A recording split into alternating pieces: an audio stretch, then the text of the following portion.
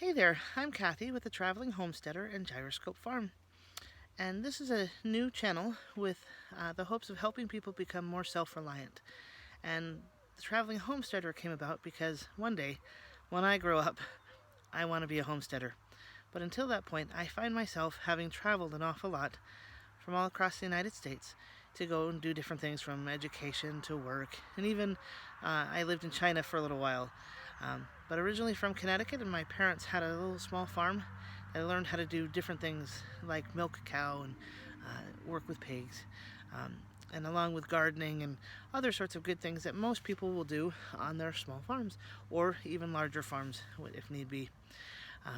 But I found that self-reliance, if you Google it, will come up with two major things. One, you'll see an article or an essay by Ralph Waldo Emerson called Self-Reliance, and the other is usually you'll find something about living off-grid in the woods and raising your own food.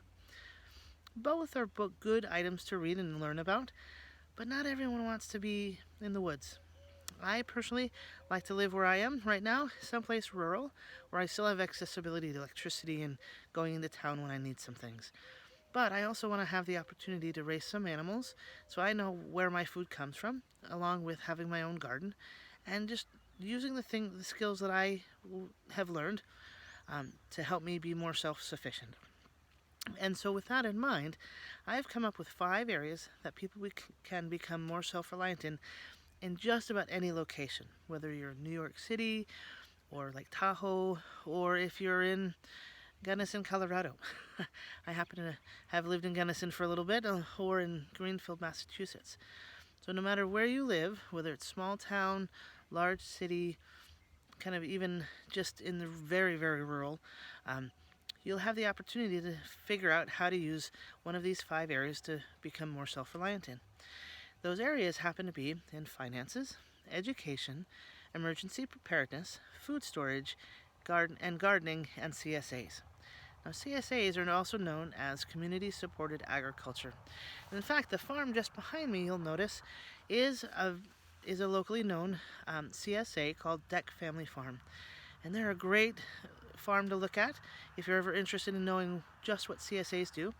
They actually raise all their own produce like nuts and honey, as well as animals that are very natural and very down to earth, and they have a good system of on their farm, as well as basically farmers market or CSAs that they bring their food to the customer on various different levels. Now, these 5 areas are, I found, rather important and all linked, because we have to watch these different areas to become better as people, but also for our own farms and farms or our lives, so that we can become better people and know kind of where our food comes from, how our finances are doing. We learn about different things, so maybe if we have a job off the farm, or just that we go to on a regular basis, that we can hopefully earn some more money at.